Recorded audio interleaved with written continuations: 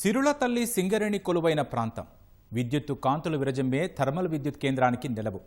ఉద్యమాల గుమ్మంగా ఖ్యాతిగాంచిన కొత్తగూడెంలో కార్పొరేషన్ ఎన్నికలో రాజకీయ కాక పుట్టిస్తున్నాయి. మిత్రులుగా ఉన్న కాంగ్రెస్, సిపిఐ ప్రత్యర్థులుగా మారి మేయర్ పీఠం కోసం కత్తులు దూసుకుంటున్నాయి. కేసీఆర్ పాలనలో చేసిన అభివృద్ధి, ప్రభుత్వ వ్యతిరేకతను నమ్ముకొని బీఆర్ఎస్ గెలుపు కోసం సర్వశక్తులు ఒడ్డుతోంది.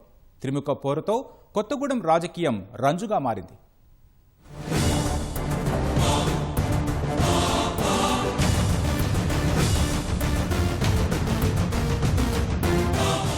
పోరాటాల పురిటిగడ్డ కొత్తగూడెంలో కార్పొరేషన్ పోరు ఉత్కంఠ రేపుతోంది. కొత్తగూడెం, పాల్వంచ పురపాలక సంఘాలు, సుజాతనగర్ మండలంలోని 7 పంచాయతీలు కలిపి కొత్తగూడెం నగరపాలక సంస్థను కాంగ్రెస్ ప్రభుత్వం ఇటీవల ఏర్పాటు చేసింది. మొత్తం 60 డివిజన్లు ఉండగా కొత్తగూడెంలో 29, పాల్వంచలో 27, సుజాతనగర్లో 4 డివిజన్లు ఉన్నాయి. మేయర్ పదవి ఎస్టీ జనరల్ కు రిజర్వ్ అయింది. కార్పొరేషన్ కు ఆవిర్భవించిన తర్వాత జరుగుతున్న తొలి ఎన్నికలు రసవత్రంగా జరుగుతున్నాయి. మేయర్ పీఠం కైవసం చేసుకునేందుకు ప్రధాన పార్టీలు సర్వశక్తులు ఒడ్డుతున్నాయి. అసెంబ్లీ ఎన్నికల్లో కలిసి నడిచిన కాంగ్రెస్, సిపిఐ బల్దియా పోరుకు వచ్చేసరికి ప్రత్యర్థులుగా మారాయి. రెవెన్యూ శాఖ మంత్రి పొంగులేటి శ్రీనివాసరెడ్డి కాంగ్రెస్ ను గెలిపించే బాధ్యత తీసుకున్నారు. కొత్తగూడెంలో పట్టు నిలుపుకునేందుకు సిపిఐ ఎమ్మెల్యే కూనంనేని సాంబశివరావు శ్రమిస్తున్నారు. కార్పొరేషన్ పై ఎర్ర జెండా ఎగరవేయడమే లక్ష్యంగా ప్రచారం సాగిస్తున్నారు. నిన్నటి మిత్రులు నేడు ప్రత్యర్థులుగా మారటం కొత్తగూడెం రాజకీయ ముఖ చిత్రాన్ని రక్తి కట్టిస్తోంది.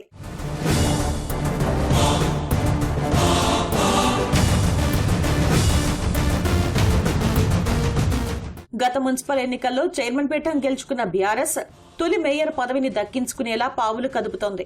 బీఆర్ఎస్ రాజ్యసభ సభ్యుడు వద్దిరాజు రవిచంద్ర కొత్తగూడెం ఎన్నికల ఇన్ఛార్జిగా అన్నీ తానై ప్రచార పర్వాన్ని సాగిస్తున్నారు. బీజేపీ కూడా ఉనికిని చాటేందుకు విస్తృతంగా ప్రజల్లోకి వెళ్తోంది. కొత్తగూడెంలో పొత్తులు కూడా ప్రత్యేకంగా నిలిచాయి. కార్పొరేషన్ ఎన్నికల కోసం కాంగ్రెస్, సిపిఎం జట్టు కట్టాయి. కాంగ్రెస్ 58, సిపిఎం 2 స్థానాల్లో పోటీ చేస్తున్నాయి. సిపిఐ, టీడీపీ కలిసి బరిలో దిగాయి. సిపిఐ 54, టీడీపీ 4 చోట్ల పోటీ చేస్తున్నాయి.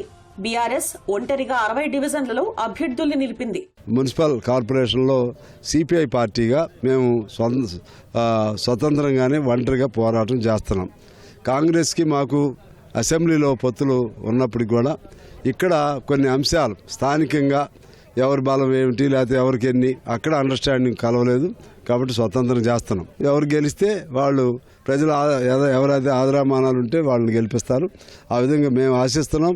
ఈసారి మున్సిపల్ కార్పొరేషన్లో సిపిఐ పార్టీ ఇక్కడ ఖచ్చితంగా మెజారిటీ స్థానాలు గెలిచి మేయర్ స్థానం కూడా సిపిఐ గెలవాలనే పట్టుదలతో మేము నడుస్తూ ఉన్నాం. కొత్తగూడెంలో ఉన్న 60 డివిజన్లో కూడా కాంగ్రెస్ పార్టీ చాలా బలమైన క్యాడర్తో ఉన్నది. మళ్ళీ కొత్తగూడెం గడ్డ మీద మళ్ళీ కాంగ్రెస్ పార్టీ జెండాని ఎగరేయడానికి నాయకులు, కార్యకర్తలందరూ కూడా కష్టపడి పనిచేస్తున్నారు. మేమేదన్నా అయితే మిత్రులం కొట్టుకోవాల్సి వస్తుంది, కానీ బీఆర్ఎస్ మాకు పోటీయే కాదు.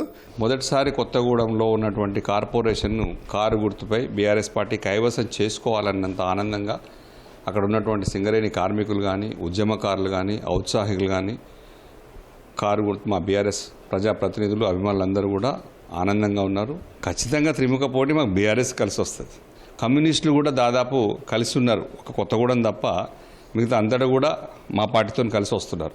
కొత్తగూడెం వాళ్ళు విడిగా పోటీ చేస్తున్నారు, కానీ మిగతా మున్సిపాలిటీ అన్ని కలిసి పోటీ చేస్తున్నారు. ఖచ్చితంగా మా బీఆర్ఎస్ పార్టీకి మంచి జరగబోతుంది.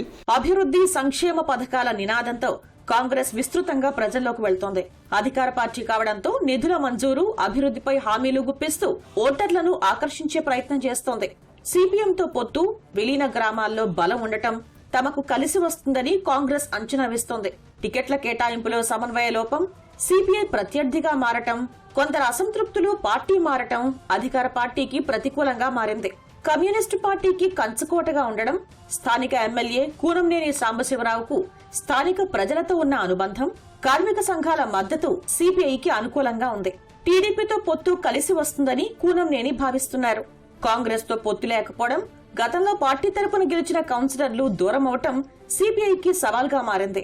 కేసీఆర్ పాలనలో జరిగిన అభివృద్ధి నినాదంతో బీఆర్ఎస్ ప్రజల్లోకి వెళ్తోంది. ప్రభుత్వంపై వ్యతిరేకత ఉందని, అది తమకు లాభిస్తుందని గులాబీ నేతలు అనుకుంటున్నారు. బీఆర్ఎస్ ఎంపీ వద్దిరాజు రవిచంద్ర, మాజీ ఎమ్మెల్యే వనమా వెంకటేశ్వరరావు, జిల్లా పార్టీ అధ్యక్షుడు రేగా కాంతారావు విస్తృతంగా ప్రజల్లోకి వెళ్తున్నారు. అభ్యర్థుల ఎంపికలో లోటుపాట్లు బీఆర్ఎస్ కు ప్రతికూలంగా మారే అవకాశం ఉందని అంచనాలు ఉన్నాయి. కేంద్ర ప్రభుత్వం ఇస్తున్న నిధులు, పట్టణాభివృద్ధి పథకాలు తమకు బలమని బీజేపీ భావిస్తోంది. క్షేత్రస్థాయిలో బలమైన అభ్యర్థులు లేకపోవడం కాషాయ దళాన్ని కలవరపెడుతోంది.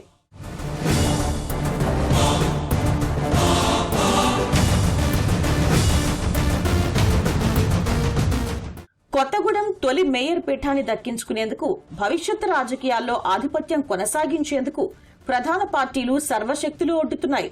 అభ్యర్థుల గెలుపోటముల్లో మహిళలు, ఉద్యోగులు, కార్మికులు కీలకంగా మారనున్నాయి. కొత్తగూడెం గడ్డపై పాగా వేసేది ఎవరు అనే ఉత్కంఠ సర్వత్రా నెలకొంది.